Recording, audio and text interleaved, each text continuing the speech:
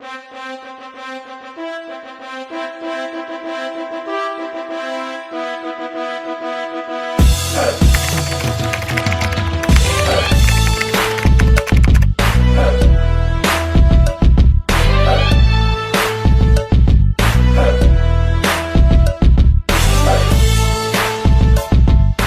sur le ring, Mehdi Mezouali. Merci Rachid. Sur le ring de l'ODJ, je rappelle, Mehdi Mezouali, vous êtes membre du bureau politique de l'USFP, l'Union socialiste des forces populaires, mais vous êtes également responsable au bureau du WAC, Football Club, Wydad Athletic Club de Casablanca. Donc c'est intéressant parce que tout ce ring va se passer entre la politique et le football et les allers-retours, d'ailleurs concentré sur trois rounds thématiques. Mehdi Mezouali, premier round, Coupe du Monde post-Qatar, une leçon pour les politiques, avec un point d'interrogation. Deuxième round, maintenant, comment capitaliser, toujours avec un point d'interrogation. Et troisième round, où est l'USFP? Donc on s'intéressera sur le troisième round, à savoir où est l'USFP depuis un mois.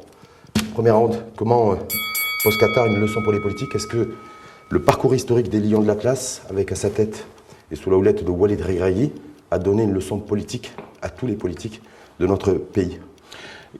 Je pense que cet aboutissement, ce résultat, qu'on peut qualifier de miraculeux, a donné une leçon pour tout le monde d'ailleurs, pour tout un pays. Il a généré beaucoup de valeurs, beaucoup de nouvelles, de sentiments d'appartenance, de nouvelles perceptions par rapport à cet État-nation, une nouvelle consécration d'un certain lien. C'est-à-dire un seul homme a fait le job que les politiques n'arrivent pas à faire. Pas un seul homme. Walid Regragui, je veux dire, avec bien sûr les joueurs, mais est-ce qu'il a fait ce que les politiques n'arrivent pas à faire? C'était aussi, rendant à César ce qu'il y a à César, c'était le fruit d'un travail, d'une structuration, d'une gouvernance, d'un suivi royal par rapport à cette discipline. Nous avons eu beaucoup de réussite par rapport à beaucoup de disciplines relatifs au foot, chez les non-voyants, chez les handicapés. Est-ce que ça veut dire que les politiques n'ont rien fait, en tout cas, pour faire en sorte que cette équipe nationale réalise ce parcours historique au Qatar? Ça fait partie. Non, il faut pas tout d'abord exclure quelqu'un de cette réalisation. Il faut essayer de capitaliser chacun avec sa proportion de participation à cette réussite. Il y avait, comme j'avais dit, une structuration, une gouvernance, une vision, une visibilité par rapport à ça. C'est les leçons qu'il faut retenir par rapport à cette réussite. Mais est-ce que les politiques ont une Est-ce que les politiques ont été impliqués? Ils peuvent dire c'est aussi la victoire du politique et de nous en tant que politiques. C'est la victoire de la nation, c'est la victoire du Maroc. Les politiques ne sont pas là en train de récupérer même les fruits du foot. On doit récupérer en tant que politique, surtout les politiques qui sont dans les affaires. C'est à eux de poser cette question.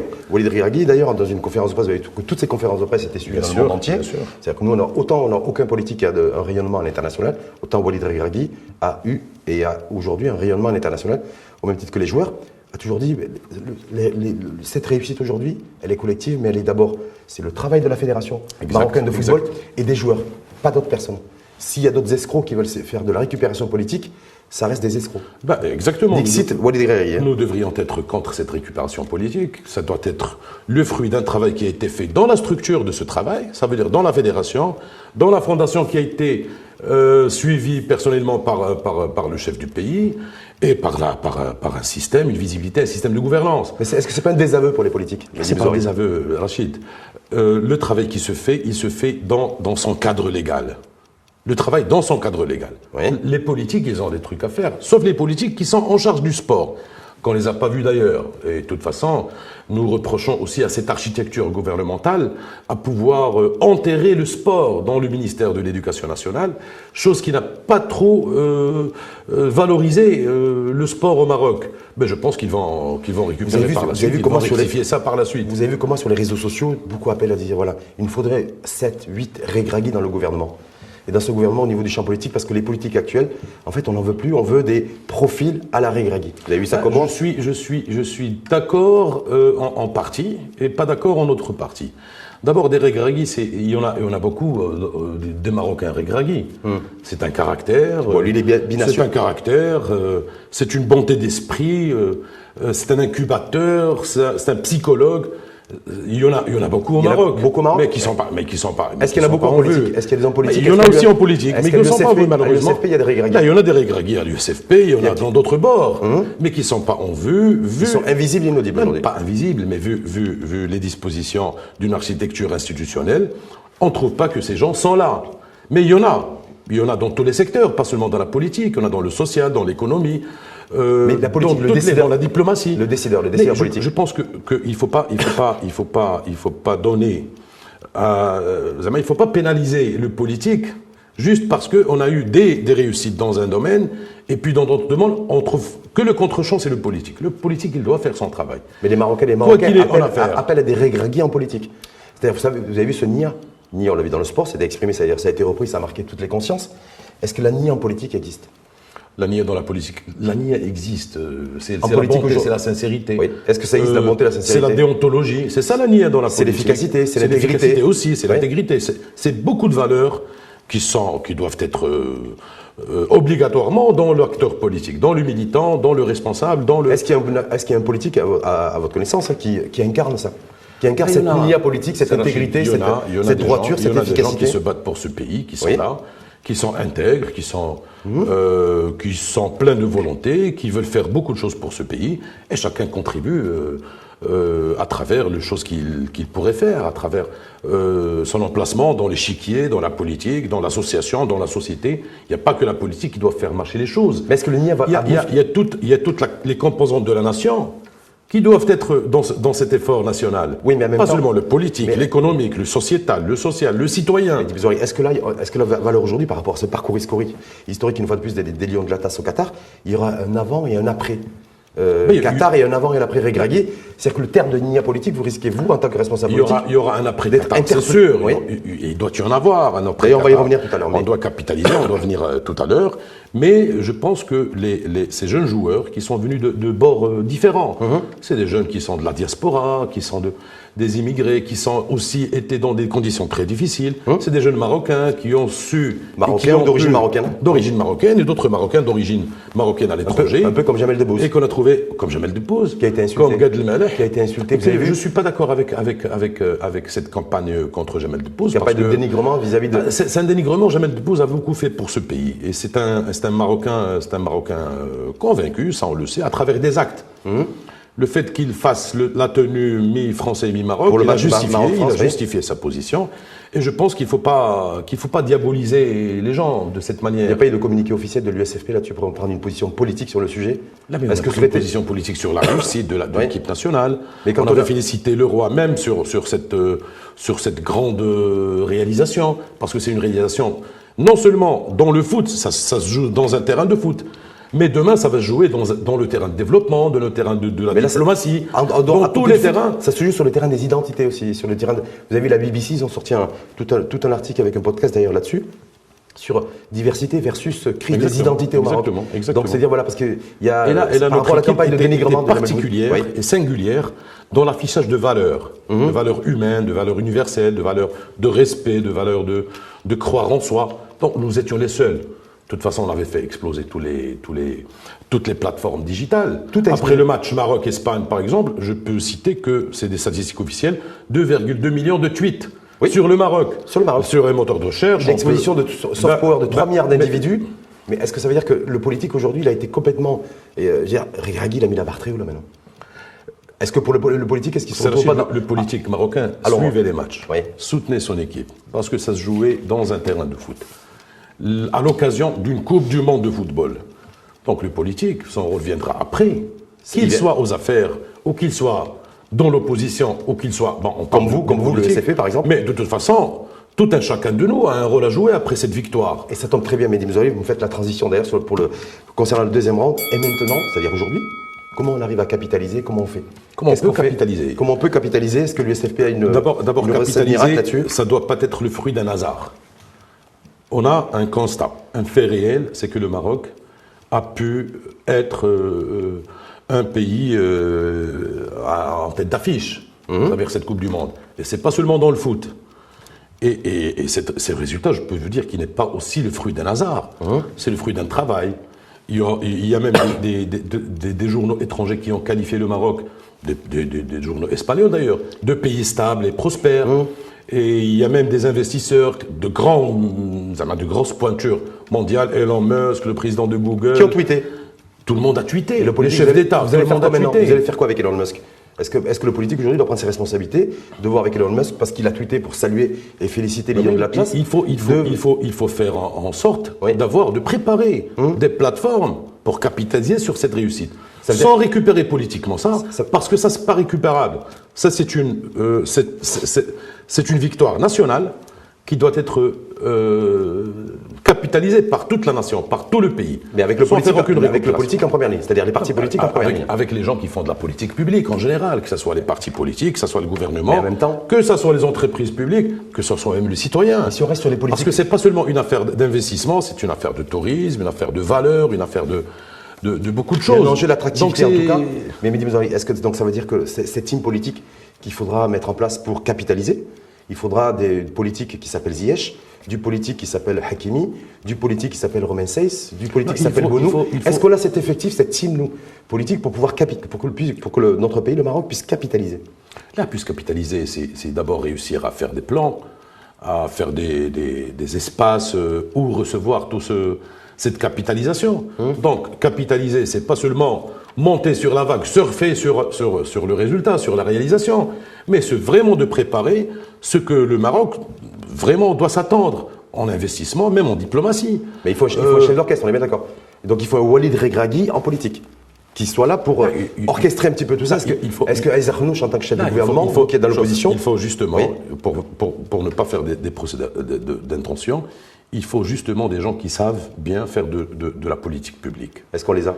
Bon, on les a en partie, mais responsabilité, en majorité, non.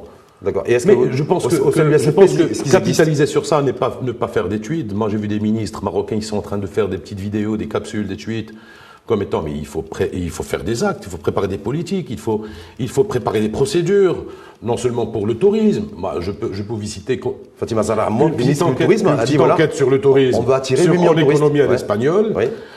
On avait déduit que la meilleure destination pour Noël étrangère, c'est Marrakech, qui devance Londres et Madrid. Ça, c'est grâce à Regragui, c'est pas grâce aux politiques, c'est pas grâce à la vie. C'est grâce stratégie, vision. C'est grâce à un effort national. On ne peut pas rendre du circonstanciel, quoi qu'il est important, la règle. Le Regragui et les jeunes qui ont fait cette gloire, c'est le fruit d'un effort national. Ça, c'est pas exceptionnel. On n'est pas ramené de la planète Mars pour jouer, pour sous-traiter cette Coupe du Monde. Les mêmes joueurs, il y a 3 ans, ils avaient du mal à se qualifier pour la CAN. Et quand ils se qualifiaient pour la CAN, on était éliminés en 8e de finale. C'était à peu près les mêmes joueurs. C'était à peu près le même groupe. Donc on n'a pas réinventé les joueurs. On est dans une logique d'évolution. Oui, mais il y a d'autres ingrédients qui s'ajoutent. Oui, mais il y a le rôle du sélectionneur qui était prépondérant et central. Est-ce que pour capitaliser, selon vous, le rôle de notre chef de gouvernement, Aïssa Khenouch, est central comme l'était la centralité de Walid Regragui au niveau de l'équipe nationale, de par ses attributions, de par la Constitution, et aussi de par de sa personnalité, de sa capacité, de son pouvoir à faire marcher les choses, parce que lui-même devait se réjouir, parce qu'un chef de gouvernement dans une telle conjoncture a eu un cadeau du ciel, fait bien sûr par la réussite de notre équipe nationale, de Regragui et ses jeunes, de cette nation qui est mobilisée, de cette nation qui est sortie, de ce roi qui a refait un moment dans l'histoire daté de 56, etc. Mais je pense que le ballon est dans le champ du chef de gouvernement et de son gouvernement à pouvoir capitaliser, avoir des résultats. Parce qu'il n'y a pas beaucoup de temps à attendre. On dit qu'il y a quelques mois. Pour capitaliser, il y a quelques mois encore qui est disponible devant nous, janvier, février, mars, avril. Il y a quelques mois pour préparer, mais pour capitaliser. Si on manque ce virage, ça va être capitaliser sur le moyen terme, pas sur le long terme. Et on doit réussir d'abord la préparation de la plateforme et on doit réussir d'abord les premières capitalisations dans plusieurs domaines. Il y a des capitalisations qui doivent se faire sur l'investissement, sur l'économie, sur... Vous êtes prêt à soutenir le gouvernement, vous, en tant que parti de l'opposition, là-dessus? Nous soutenons notre pays, l'intérêt de notre pays, que ça soit fait par le gouvernement ou par quelqu'un d'autre. Donc nous sommes clairs sur cette question. Pour capitaliser, s'il faut soutenir le gouvernement... On le fera avec toute nationalité, nationalisme d'ailleurs. Quitte à ce que ce soit Aïssa Khenouch qui en tire les fruits politiques et les dividendes politiques. Là, les dividendes politiques, c'est le pays qui va en profiter, finalement. Non sur le plan diplomatique, économique, social, sociétal, d'investissement et tout, ça sera le Maroc le gagnant, le dernier gagnant. Alors les politiques doivent être à la hauteur de cet instant-là. Ce parcours historique, demi-finale, je rappelle, parce que ça fait toujours plaisir de le dire, demi-finale de la Coupe du Monde, on a frôlé d'ailleurs de se qualifier pour la finale. Et en tout cas, on finit faute d'arbitrage d'ailleurs. Hein. On finit dans il faut. C'est comme en politique, on fait des fautes des fois. Oui, mais on doit en assumer. D'ailleurs, Infantino l'a assumé le lendemain à la conférence de presse. En tout cas, on finit dans le dernier carré. Donc les 4, on fait partie des 4 meilleures équipes au monde, en tout cas durant cette Coupe du Monde. Et dans le classement FIFA, on s'est largement amélioré, on est quasiment dans le top 10. On est les 11. Voilà. Est-ce que ça veut dire que vous dites aujourd'hui, face caméra, Aïssa Renouch, il a vraiment la baraque? Là, c'est le Maroc qui a vraiment la baraque. Mais Aïssa Renouch, si on reste sur le terrain politique. C'est pas une question de personne. Peut-être qu'il a. Aïssa Renouch et le gouvernement. Que la personne Aziz Arnouch a de la chance de vivre un moment pareil en tant que chef de gouvernement. Peut-être il a la chance. Vous auriez aimé être à sa place. Comme moi, j'ai eu la chance de le vivre en tant que Marocain, en tant que jeune socialiste. Tout le monde a eu la chance de vivre ce moment. Mais ça tombe bien. J'ai vu 86. Ça tombe bien pour Aziz Arnouch. Et j'ai vu d'autres déceptions. Ça tombe bien pour le Maroc. Si Aziz Arnouch réussit cette mission de capitalisation, de savoir drainer ce capital qui est là, d'ailleurs. Il y a déjà un capital sympathie à l'égard du Maroc. Alors, c'est le Maroc qui va être gagnant par la suite. Et s'il n'y arrive pas? Mais s'il n'arrive pas, vous allez dans votre rôle d'opposition et vous allez commencer à dégainer. Oui, normal. Non, je vous pose la question. Et nous serons aussi dans notre rôle de proposition par rapport à cette capitalisation. Nous n'allons pas rester attendre à ce que les gens fassent ce qu'ils veulent. Parce que déjà, les choses ne sont pas bonnes. Déjà, le corps gouvernemental n'est pas bon. Dans les politiques, dans les conceptions, dans la persuasion, on reparle de remaniement, dans l'exécution. On reparle de remaniement ministériel. Ça avait été une rumeur, rappelez-vous, en août dernier. Mais là, les choses pourraient peut-être se préciser. Wait and see, hein. Wait and see. Pourvu que ça marche pour l'avenir de ce pays. Parce que le leadership, le gouvernement n'arrive pas à résoudre les grandes problématiques de ce pays. Alors il faut faire booster les choses, que ce soit par un remaniement ou par quelque chose d'autre, mais les Marocains ont beaucoup d'attentes. Et les partis qui sont dans le gouvernement, ils ont placé la barre très haute par rapport aux attentes des Marocains, par rapport aux promesses faites, par rapport aux réalisations. Mais au jour d'aujourd'hui, après une année et quelques mois, nous sommes toujours en point mort. Mais en tout cas, durant la première année du mandat de ce gouvernement, on se retrouve Il y a des choses qui se font. On se retrouve dans le dernier carré mondial du football planétaire. Mais ça reste dans le football, dans le carré vert, dans une discipline, avec des règles. Il faut dissocier le monde extérieur de tout ça. Hein. Parfait, on passe au troisième round. Mehdi Mezouari, où est l'USFP? Donc moi je suis content de l'avoir retrouvé et d'avoir Mehdi Mezouari en face de moi. Donc j'ai une USPiste, en tout cas, qui est là. Mais où est l'USFP aujourd'hui? Il est là. Où est l'USFP d'ailleurs depuis fin novembre? Parce que depuis le début de la Coupe du Monde, l'impression que l'USFP, à l'instar d'autres partis politiques, pour vous dire, c'est Rachid, l'USFP a disparu des radars. La Coupe du Monde, on l'a vu à Madrid, avec le premier secrétaire et une délégation importante. Oui. On l'a vu à Madrid, parce que nous étions à Madrid dans le congrès de l'Internationale socialiste. L'Internationale socialiste, pour que beaucoup de gens ne savent pas qu'est-ce que c'est le premier rassemblement non gouvernemental dans le monde. C'est le rassemblement des grands partis politiques de gauche socialistes dans le monde. Bon, dans le Maroc, il y a l'USFP uniquement qui est exclusivement membre de cette instance depuis 1975. Et pas le PPS, pas le PSU. Ils étaient dans une instance communiste. Mais de toute façon, c'est des règles d'adhésion qui sont très strictes, très claires. Lorsque le Maroc Espagne au 8e de finale, vous étiez à Madrid? Non, nous étions à Madrid. Avec Pedro Sanchez. Nous étions en train de se battre, exactement, pour d'abord appuyer la candidature de Pedro Sanchez, Premier ministre espagnol, à la tête de cette internationale. Nous l'avons soutenu d'ailleurs depuis qu'il avait annoncé à se présenter. Nous avons fait beaucoup d'allers-retours, Berlin, Dakar, beaucoup d'allers-retours pour convaincre beaucoup d'autres partis à adhérer à ce projet de réforme de l'internationale socialiste. D'autant plus que nous considérons que Pedro Sanchez est un ami du parti, qui est devenu un ami du pays, un ami du Maroc, avec ses positions vis-à-vis de notre question nationale et tout. Bon, en Afrique, nous étions pratiquement les gens qui ont fait campagne pour cette candidature. C'était pas seulement la candidature de Pedro, mais aussi la candidature de tout un projet de réforme. Et je pense que l'USFP, aujourd'hui, à travers ses relations internationales, a pu conquérir beaucoup d'espaces qui étaient dans un temps tabou. Je pourrais vous dire aussi que nous avons réussi à réduire la représentation du Front Polisario dans le Congrès. C'est pour la première fois dans l'histoire. Donc pendant la Coupe du Monde, vous, l'USFP, vous étiez sur le terrain de travailler, exactement. Vous étiez sur le terrain politique. Et on a reconquéri notre poste au Présidium. Nous avons aujourd'hui une vice-présidente de l'Internationale socialiste qui est Khaoula Al-Jgar, que tu connais très bien. Oui. Et qui a tout un réseau de relations qui tient le dossier des relations internationales en main et qui va faire beaucoup, pas pour le parti, parce que cette question de relations internationales n'est pas une question partisane. Nous abordons que les questions nationales. Que les questions nationales. Mais pendant ce temps-là, vous avez vu que tous les Marocains étaient figés, avaient le regard les figés sur la Coupe du Monde et les parcours des Lions de l'Atlas. Donc est-ce que c'est venu au même moment en matière de timing? Est-ce que, quelque part, peut-être les Marocains étaient beaucoup plus sensibles à l'équipe nationale et aux Lions de l'Atlas que l'USFP qui était à Madrid dans le cadre de l'international socialiste? L'USFP était à Madrid dans le cadre, on faisait notre devoir, parce que le Congrès s'est tenu 25, je crois, 25, entre le 25 et le 27 novembre dernier. Nous étions tenus à être là, avec notre chef de parti, avec une grande délégation, pour faire notre devoir. Et tout ça, ça va changer quoi? Ça va changer quoi pour les Marocains? Parce que là, vous avez vu, les Marocains, tout le monde a retrouvé le sourire. Grâce à Walid Regragui, à toute l'équipe nationale. Oui. On a tous retrouvé le sourire d'ailleurs. Voilà. Donc même vous avez retrouvé le sourire. Vous l'aviez perdu? Oui. Non, on l'avait pas perdu. Ouais. Mais dans un moment, on sentait que les choses étaient difficiles à gérer. La cherté de la vie, les grands malaises que connaît notre économie, notre pouvoir d'achat, le social au Maroc. Mais je pense que ce n'est pas encore réglé. Mais que les Marocains, après cette victoire, ont eu une bouffée d'oxygène par rapport à leur avenir. Et ils ont encore récupéré une question identitaire, qu'ensemble on pourrait faire des miracles.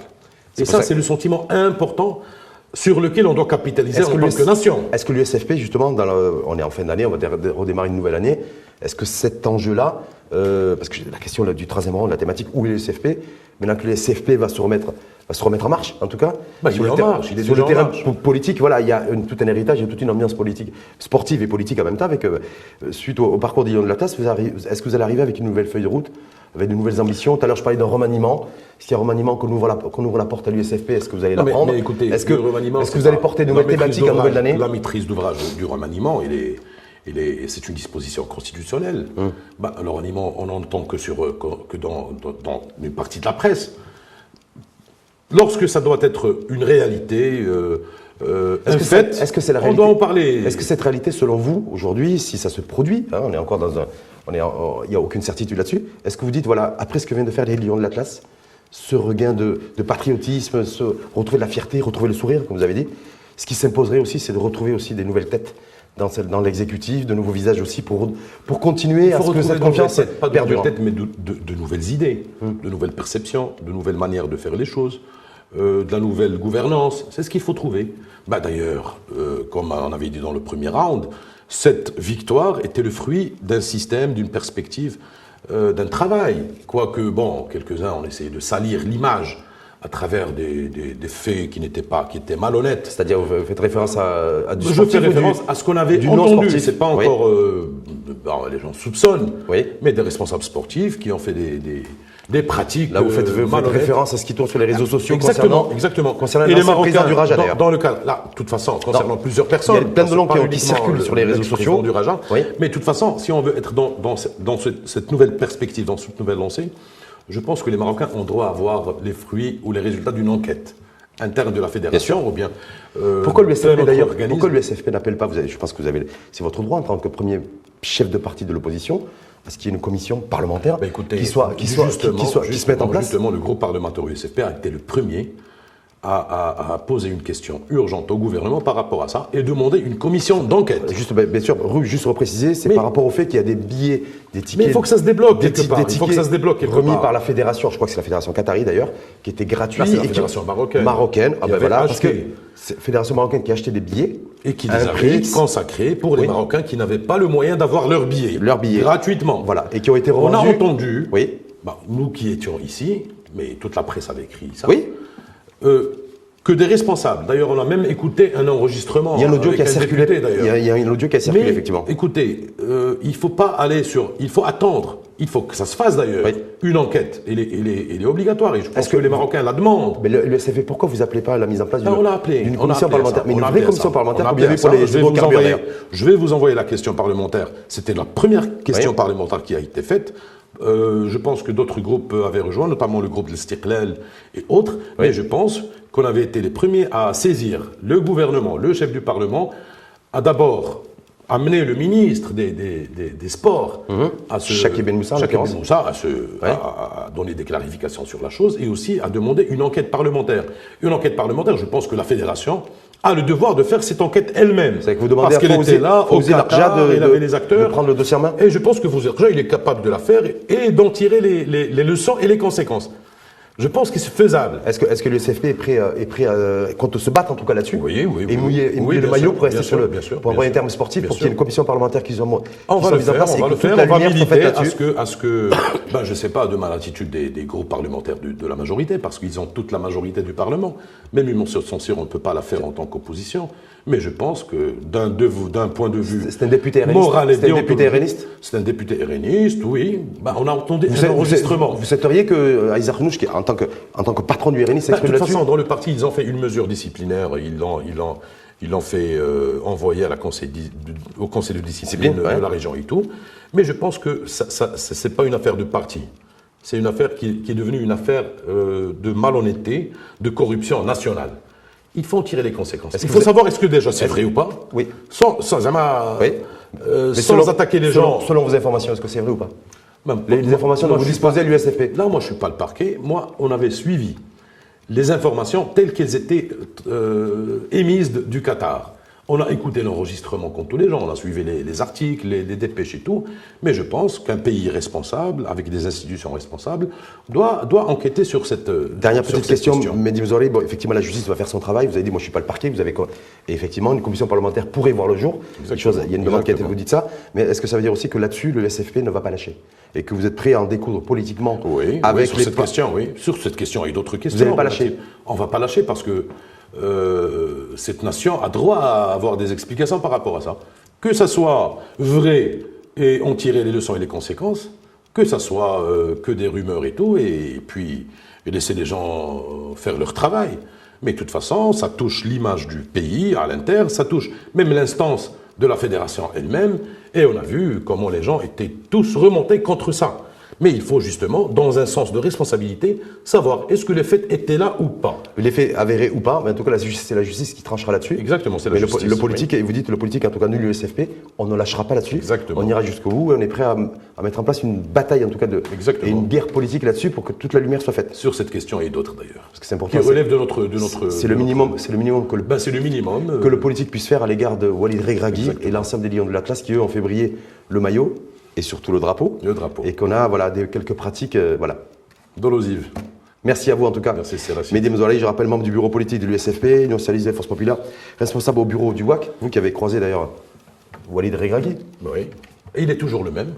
C'est Walid au WAC, au FUS, à l'équipe nationale en tant que joueur, en tant que sélectionneur national. Il a fait ses preuves, il remporte la Ligue. Valeurs, très spontanée. Ouais, la Ligue Cette question de Nia, de Redat Louelidine, c'est une question identitaire chez lui. Il y croit beaucoup et je pense qu'il a trouvé la recette magique. On doit capitaliser encore sur le sport pour avoir des Regragui aussi dans l'athlétisme, dans le handball, dans le waterpolo. Et en politique. On en a parlé en politique, oui, c'est normal. Je suis d'accord avec toi. Merci à vous.